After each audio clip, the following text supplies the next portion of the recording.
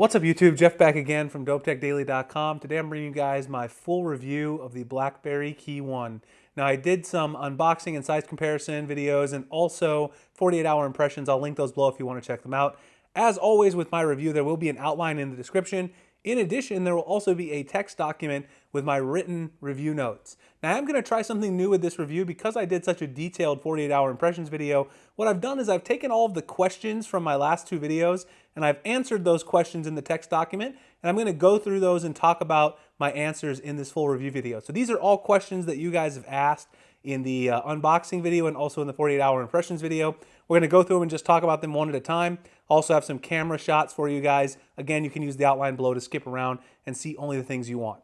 So first of all, let's talk about the build quality, and I'll answer the questions that people had about the build quality. My overall impressions of the build quality still remain very well built phone. The back on the phone has this nice matte soft material. It doesn't scratch or anything. It also doesn't show fingerprints too badly. You really have to hit the light in the right angle. I haven't had any problems with the Blackberry logo itself scratching or anything either. Everything still looks pretty good without, I haven't used this with a case very much. I've used the Toomey case a little bit, which I will do a follow-up review on, but I've been using it naked for the most part, and it hasn't had any scratches or anything, not really any major wear and tear.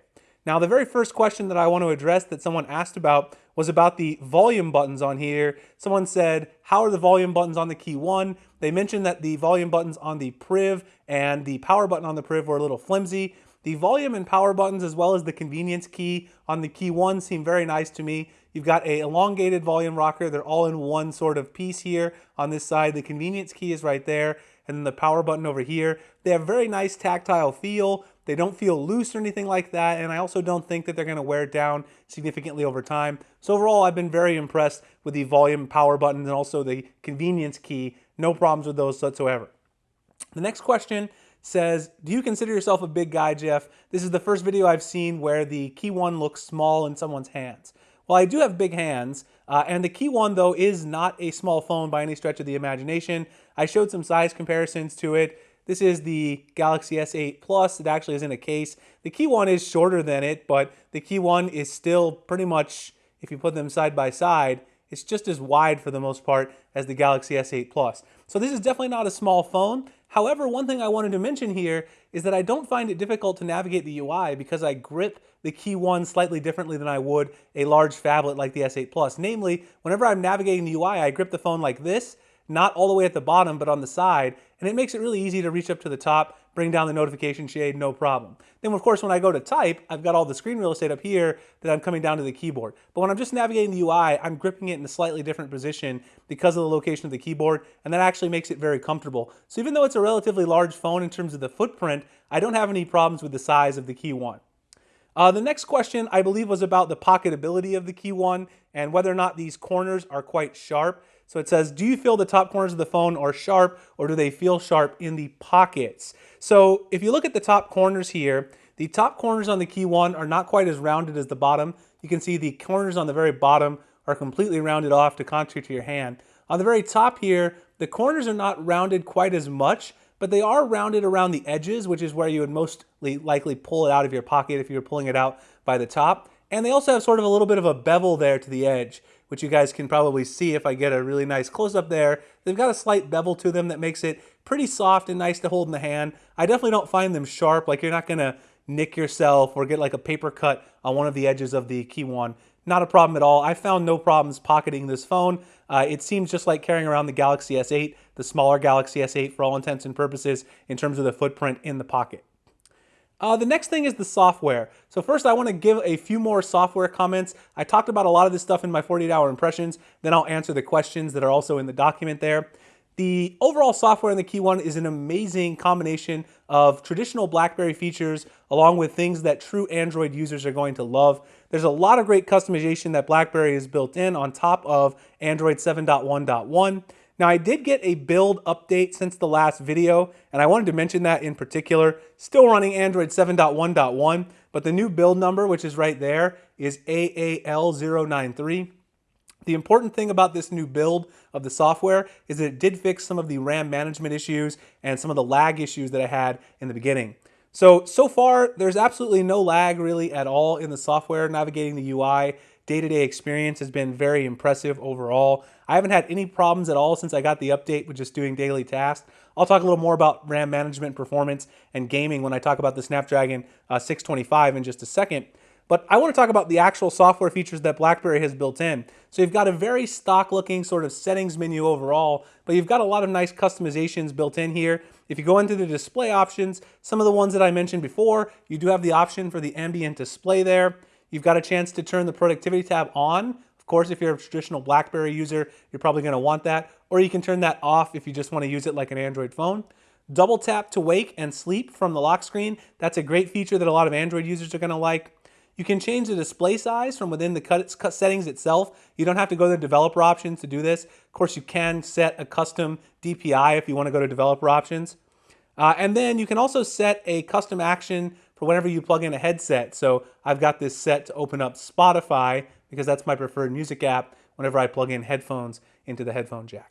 So those are all the options that are within here. The other thing that's really cool is that the recent apps, and I've seen a lot of reviewers talk about this, the recent apps by default are in the masonry orientation, which is familiar to BlackBerry users. But if you're an Android user and you don't like the way the recent apps look in this arrangement, you can go in and change that in display settings as well. Just go there and change it to Rolodex or Tile or whatever you want, and then that's going to change the way your settings look to make it more familiar to you. If you're an Android fan, that might be something that you want to do. The other thing I want to mention are the gestures and convenience key in the software. You do have a double press of the power key to open up the camera. That works from any screen. It's a great way to quick launch the camera. It's quite fast as well. Just go ahead and double press it. It's going to open up and tell you if you want to do Snapchat or camera. I can choose camera to always be the default action, and it opens up right away. I'll do it again so you guys can see. I hadn't chosen the default app. It's very fast though, as you can see. A very nice little gesture that Android users are familiar with. And then the convenience key, which I talked about in my very first video, you can set that to any app that you want or any action you want. All of these great shortcuts that BlackBerry has, like composing an email, composing a BBM message. I've got it set to open up Hangouts. So whenever I press the convenience key right here on the side, it's going to go ahead and open up Hangouts for me. So those are some nice features that are built into the settings themselves. The other things that you can modify in the software, I mentioned this before, if you long press on the home screen, you can go in and change the icon pack from the stock launcher. So this is the BlackBerry launcher. You can see I've got Glim Dark, that's the pack I'm running right now. A couple of other packs installed there, which is really nice. It even gives you a link to the Play Store. It'll take you right in if you want to download some other icon packs. It's going to search for them right away. And then the other thing is if you go into settings here on the home screen, you can of course change your wallpaper. You can change what happens when you start typing. You can either use short press keyboard shortcuts, or you can start a search or do nothing. You can change all of the long press and short press shortcuts right here, which I'll talk about a little more later on the keyboard. So for instance, if I want to open up Boost for Reddit from my home screen, I just short press the B key and I go ahead and launch right into my Reddit app, which is really nice. I love those keyboard shortcuts. They're very, very, very convenient. The pop-up widgets, which allows you to swipe up and get a widget. For instance, Gmail, I can swipe up and immediately see all of my email that's in my primary folder. I can see my bookmarks in Chrome. Both of those are really nice features to have as well. You can set a prompt to alert you whenever you're turning off a built-in app. You can also change the theme from light to dark. This only affects the settings and the app drawer. So you can see that my app drawer is also in dark mode there as well. It does not affect, as you guys probably saw, the actual long-form settings menu. So that's one thing that I would have liked to have seen in the software. So overall, I really like what BlackBerry has done. They've added in these shortcuts that people love from BBOS that they've been using for a long time. You can put those on your home screen just like you would an app. You've got your traditional Android widgets.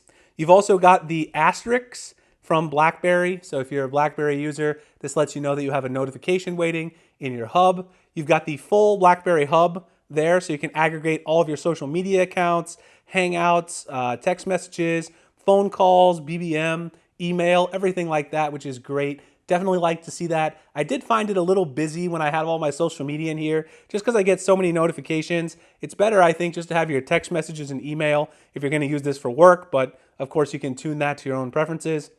And the other thing is the productivity tab. If you swipe out from the right here, it's very customizable. The settings here at the bottom, you've got your calendar, of course your BBM messages, your to-do list, and your contacts right there as well. If you go into the settings here, you can actually change the placement, position, height, and the transparency, all of that stuff about where the productivity tab is. So if you don't like the position in the beginning, you can change that. You can also set permissions as to which apps and which things the productivity tab can actually access. So you can do that, of course. It opens up settings, and you can give it permission to access calendar, contacts, SMS, etc. You need to give it access to all of that if you want to use the productivity tab in full.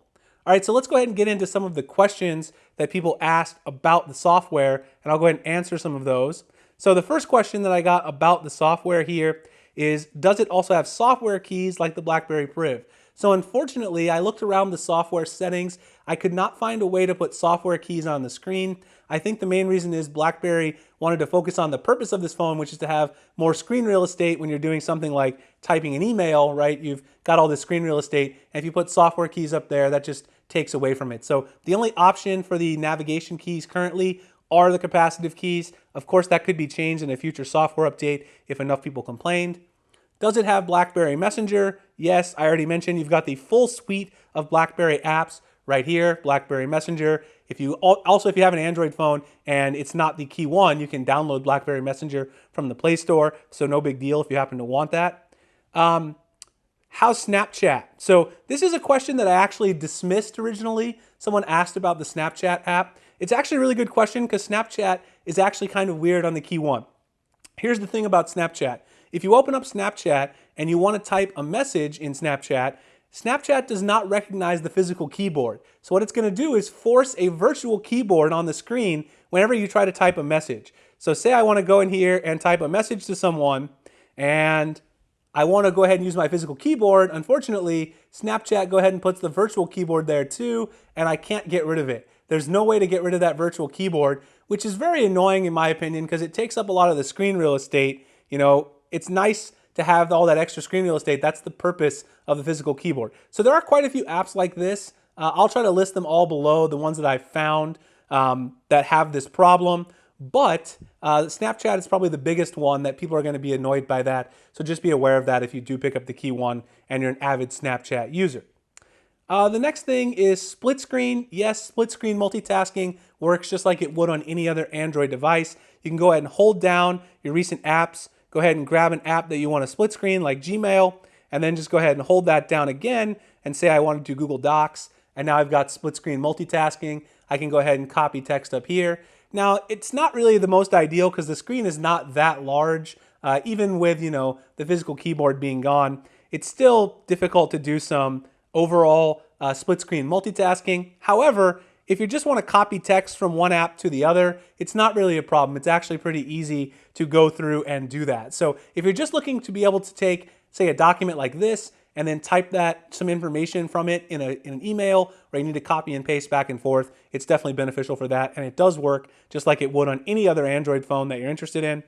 The next question was also about a particular app, is Pokemon Go. So I was going to put this in performance, but it kind of goes in software as well. How is Pokemon Go on the phone? Playing it is actually fine. It just takes a little bit of getting used to with the aspect ratio and the location of the capacitive keys in the keyboard. So I'm going to go ahead and reload it. I already had Pokemon Go in memory. Also, so you guys can see the RAM management.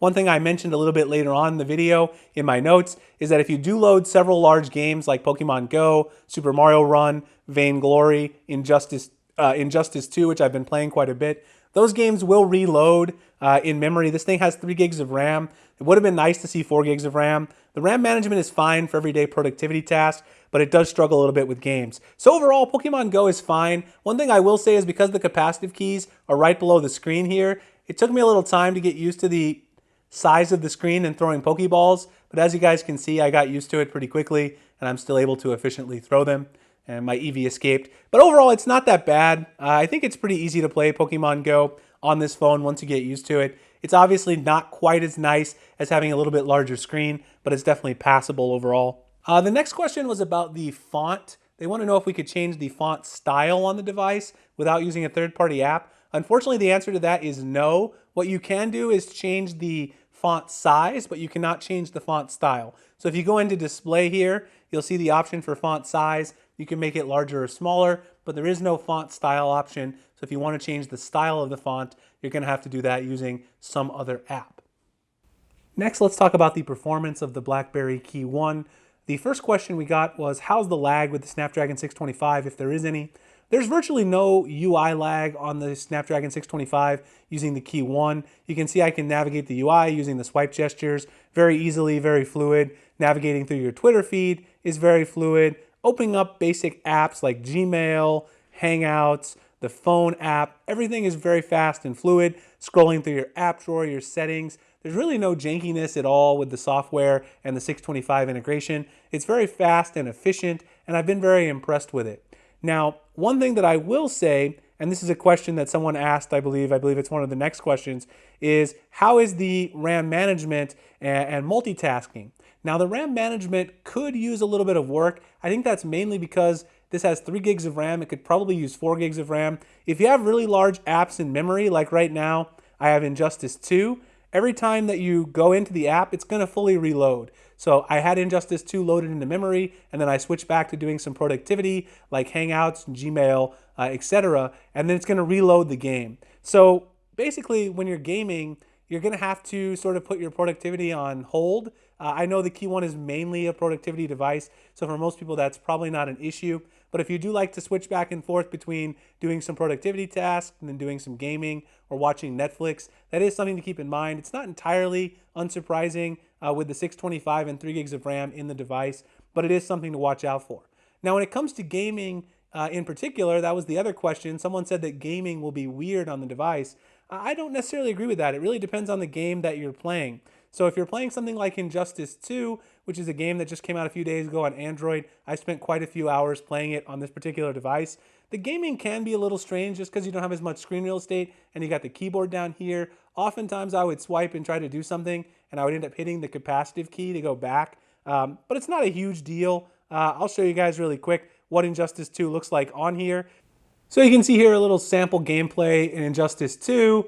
It's not too bad. I mean, the main problem is, again, you're swiping a lot, and then sometimes I would swipe over and end up hitting this key. I've gotten pretty good at avoiding it now, though, and stopping just short of it, but that is something to watch out for. Overall, though, whenever you're gaming with the Blackberry KEYOne, there's no problems at all with overheating. The 625 is very efficient. It also runs games very cool. Performance on the Blackberry KEYOne is quite good if you just want to do light gaming, especially if you're just going to be doing day-to-day productivity, multitasking using the Blackberry Hub, email, social media, etc., using the camera. There's not going to be any problems at all. The gaming is mainly where you're going to see a little bit of lag, few drop frames in some heavy intense games, but the most important thing about the KEYOne is it does not get warm. Even when you're doing intense gaming sessions, you might have a little bit of hiccups here or there in the game, but you won't have too much heat on the back of the phone. The next thing I want to talk about with the KEYOne is the audio performance, both the speaker as well as the output through the headphone jack and the amp. So the first question was about the speakers. I mentioned last time there are not stereo speakers on this phone. The earpiece does not double as a speaker. You've got a single bottom firing speaker here on the bottom of the phone. Someone asked, is the quality good, mediocre, or poor on the speaker? Personally, I would say it's not as loud as the Galaxy S8 Plus. It's not as loud as the iPhone 7 Plus. It's pretty close to the Pixel XL, which doesn't really have that great of a speaker. So I would say it's okay in terms of its loudness, but its clarity is quite good overall, and I haven't had any problems with the clarity.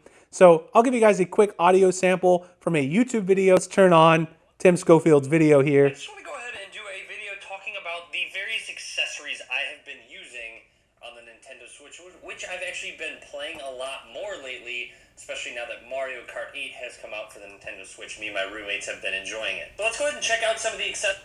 To me, the audio sounds very clear when you're listening to things that have speaking in them, such as podcasts or YouTube videos, tech videos like this. Music can be distorted at some of the louder volumes, but if you keep it as a reasonable volume, it's not too bad. Overall, I would not say the KEYOne has the best speaker in the world, but for a general media experience, I would say it is fine. The next one says, someone else said the audio jack isn't as good or loud as other phones. Is this true?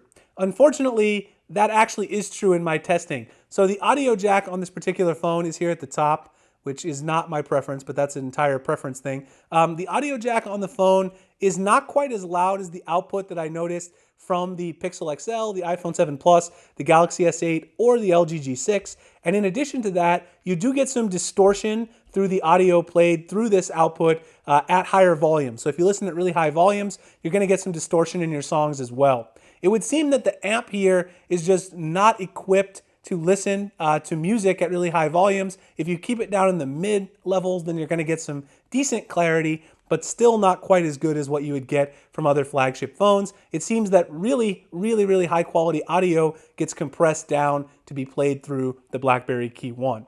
Next, I want to talk about the camera interface on the Blackberry KEYOne. I talked about the camera interface a bit in my first video, so I'll just give a brief overview here. Then we'll take a look at some pictures that I took with the KEYOne. The settings here in the top left corner, you can change this from auto to manual. When you do have it in manual mode, you can take individual control of all the settings that you can see here on the very bottom. Things like white balance, the aperture, the ISO, etc. You can also turn each one from auto to manual. So as soon as you start adjusting the slider, you can see this turns from white to yellow, which means you've now taken full control of it. You can leave some of the settings on auto, which you can see I've got this one enabled on auto because it's yellow, and then leave the other ones manual if you want to adjust those individual settings, which is a very nice thing to have.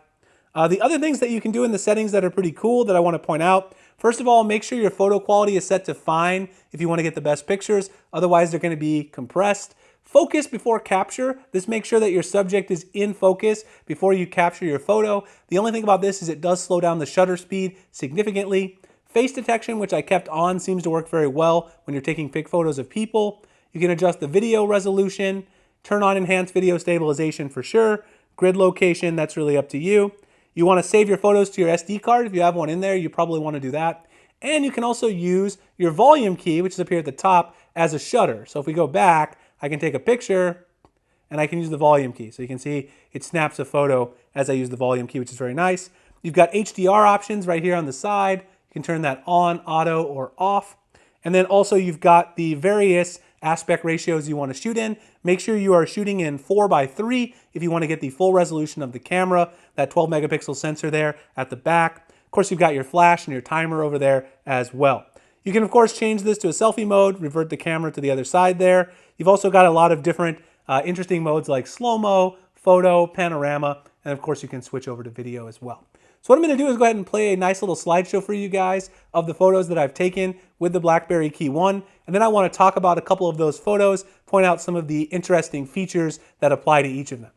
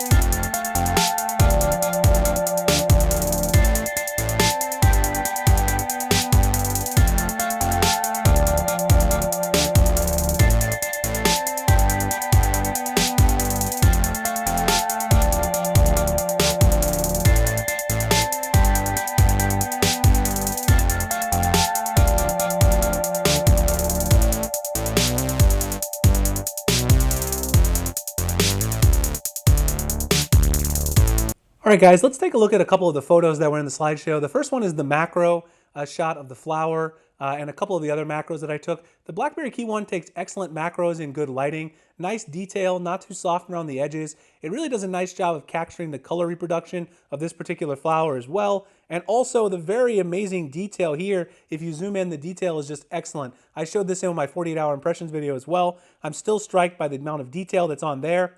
Another macro I took indoors in relatively low light was the ice cream. Also very nice detail. The texture of the ice cream in different locations is very impressive. Overall, I found the macro shots on the KEYOne to be excellent. The only thing I will say is that the color reproduction in certain lighting situations is not the best. For instance, this one I took indoors under some yellowish light, and it really messed up the color of the Alcantara cover on the Galaxy S8 quite a bit. Of course, that's somewhat to do with the lighting, but I retook this photo with another Galaxy S8 and also with the Pixel XL, and they were a little bit better in terms of the color reproduction. Outside, I will say if you take shots in really bright sunlight, I took this picture of the fire hydrant outside here in the Arizona sun. It does blow out the photo a little bit. Not only the fire hydrant, but the grass itself is a little bit brighter than I might have liked. Again, I have a video coming up comparing the Galaxy S8 to the KEYOne camera, and the Galaxy S8 did a little bit better job of toning down some of the brightness, but still very good detail. I took some selfies because people always request them, even though I don't like taking selfies. Overall, I found the selfie shots to be pretty good. These are all the selfies I took, which you guys saw there in the actual shots. And then the indoor shots I took, low light inside the mall, very nice. I mean, overall, these were not in very well-lit areas inside the Microsoft store. The detail overall, very good. Landscape and sort of like architectural things, I found the HDR to really shine through. Took these with HDR. Overall, I was very impressed with the camera on the KEYOne. I think the quality is excellent. The front-facing camera, very good. Not quite up to par with the flagships like the G6, S8, and Pixel XL, mainly in the software processing. The sensor itself has proved itself again to be very impressive. Video stabilization is good. I did shoot one of my previous videos. I believe the Huawei Watch video was shot with this camera, parts of it. And I have not got a chance to shoot a front-facing video vlog yet, but I will get a test of that up on the channel if you guys want to check it out. A lot of people have criticized the look of the camera on the phone. It's got this really big sort of opening and ring. I don't think that was really necessary for the sensor to be accommodated. I think it was more of an aesthetic choice, and personally I think it looks pretty good, but obviously that's up to the individual. All right, so that's pretty much it on the camera. Very impressive, so I think you're going to be pleasantly surprised with the performance, video, and photo when you get this phone.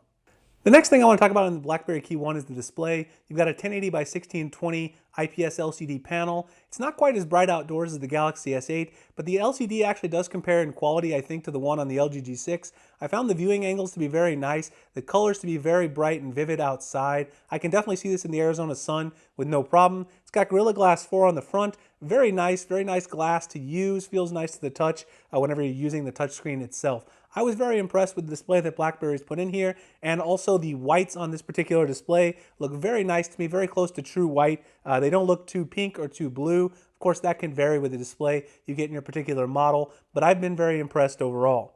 Now, there were a couple of questions that people had about the display, so let's go ahead and answer those. The very first question that someone had about the display was a question about the maximum DPI that you can actually get. They wanted to see what it would look like if you take the maximum DPI and turn that all the way up. So if you go to developer options on Android, you can actually set a custom DPI setting. So if you go to the very bottom here, you'll see in the display settings, smallest width, you can change that. Now the smallest width you're actually going to be able to get is 1440. So go ahead and put in 1440, hit OK, and it's going to show you what it looks like. I don't think you guys can read that, right? So it's really not very useful to scale the maximum width, the smallest width to the smallest one you can get, but someone requested it, so there you go. I'm going to put the default width back there, which is 421, and set that to OK. The final question someone had was about watching video on the Blackberry KEYOne. Watching video on the KEYOne is actually not too distracting. You will notice that when you watch video, on the very top and bottom, there are some black bars. They're pretty thin. They don't distract me at all. I actually find the black bars on the LG G6 to be a little bit more distracting than the ones here. Once you adjust to it, it's not going to be a problem. Obviously, it's not quite as nice as watching video on something like the Galaxy S8 Plus, but that's not the primary purpose of the phone, and it does work nice enough for video that it's not going to be a problem for you. Next up, let's talk about one of the most important aspects of the Blackberry KEYOne, and that's the keyboard itself. I'm going to cover all the questions that people asked here. The very first thing was, could we talk about multiple languages and symbols? So you can actually set up multi-language keyboards in the options. So if you go into settings and you scroll down to language and input, you go down to keyboard settings and choose the Blackberry keyboard right here.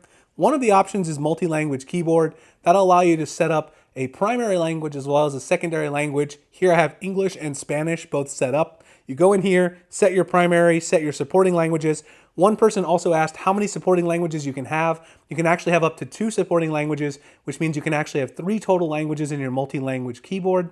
Once you set up the multi-language keyboard, you'll actually go back and choose that to be your default keyboard. So the way to do that is to go into Manage Keyboards here. You'll see I've got the BlackBerry keyboard with English and Spanish both set up. Now the nice thing about this is when you set the multi-language keyboard, it actually gives you the option to have autocorrect in both English and Spanish or whatever other languages that you choose.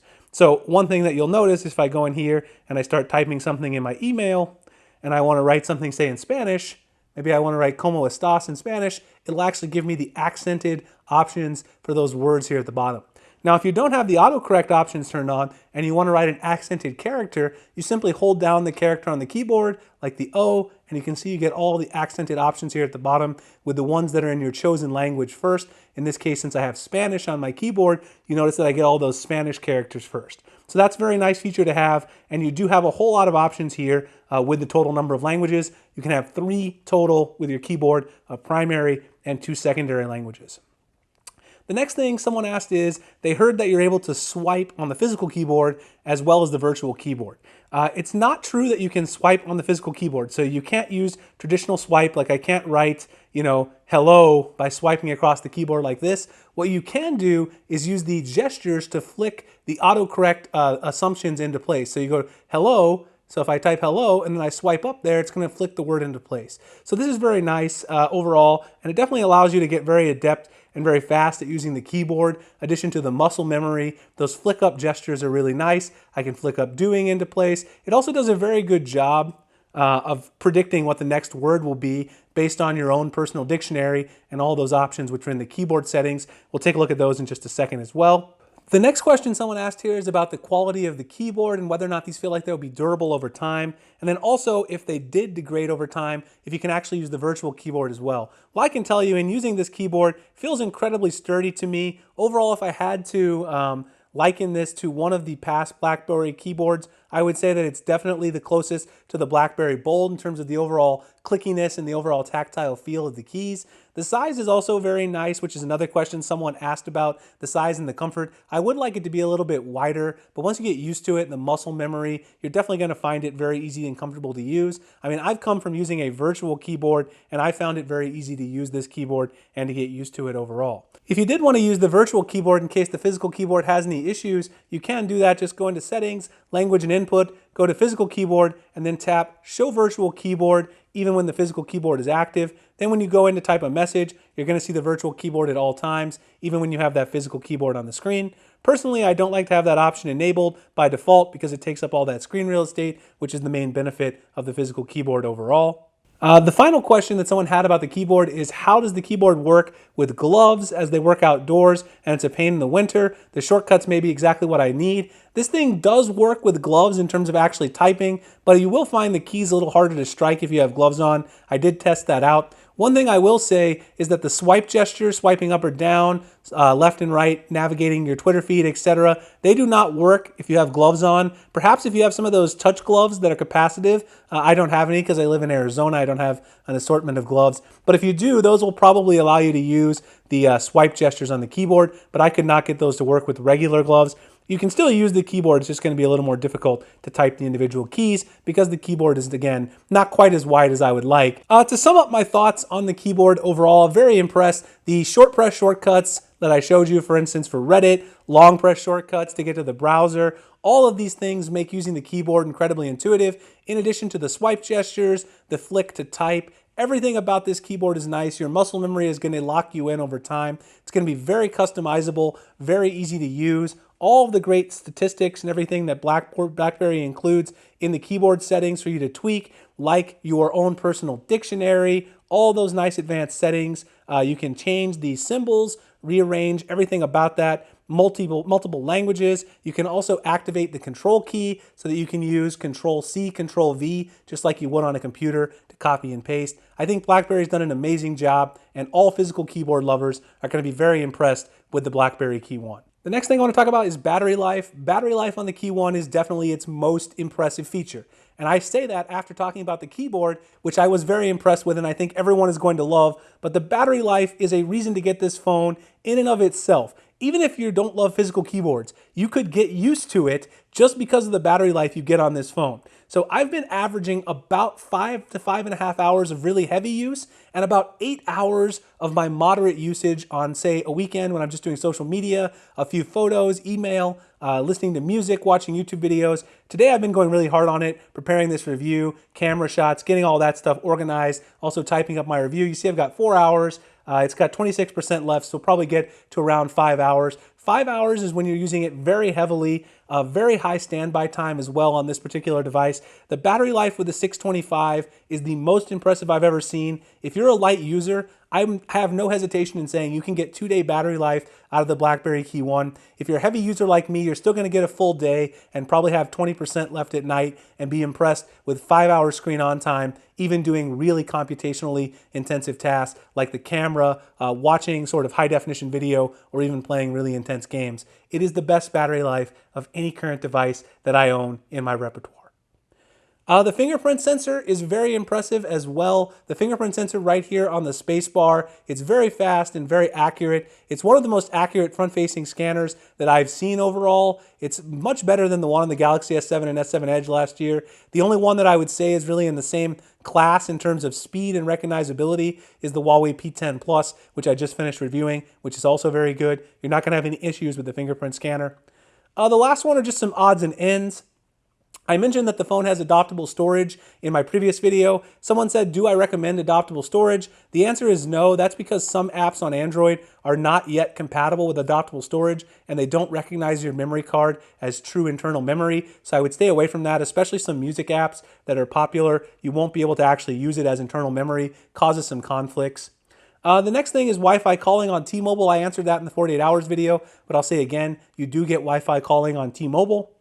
And then the very final question, which I will answer here before I do my value and overall sort of wrap up, is should you get this or the Pixel XL? So a lot of people ask this question, KEYOne versus the Pixel. If you need the physical keyboard, it's a no-brainer. You go with this.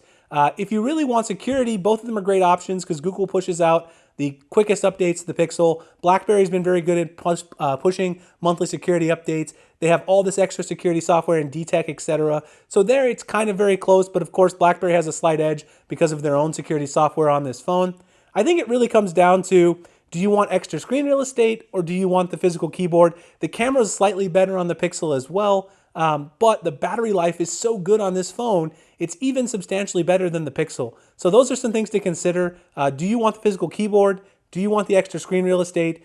Do you want better battery life? Or do you want a slightly better camera? I can't tell you exactly which one to pick. I think for most people out there, it should be pretty clear. I would say the best setup in the world right now would be to have this as your work device and have the Pixel or Pixel XL as your personal device. That's the current setup that I'm going to have once I finish this review.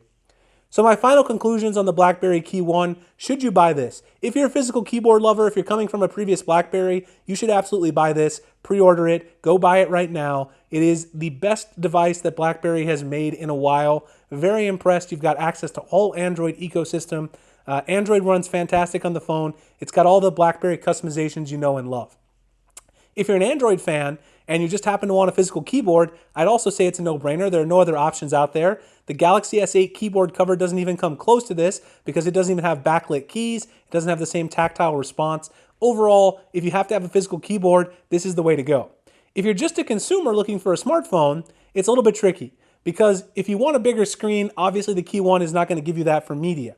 If you want maximum screen real estate for typing and tasks that require portrait mode like this, you actually get more screen real estate because you don't have a virtual keyboard.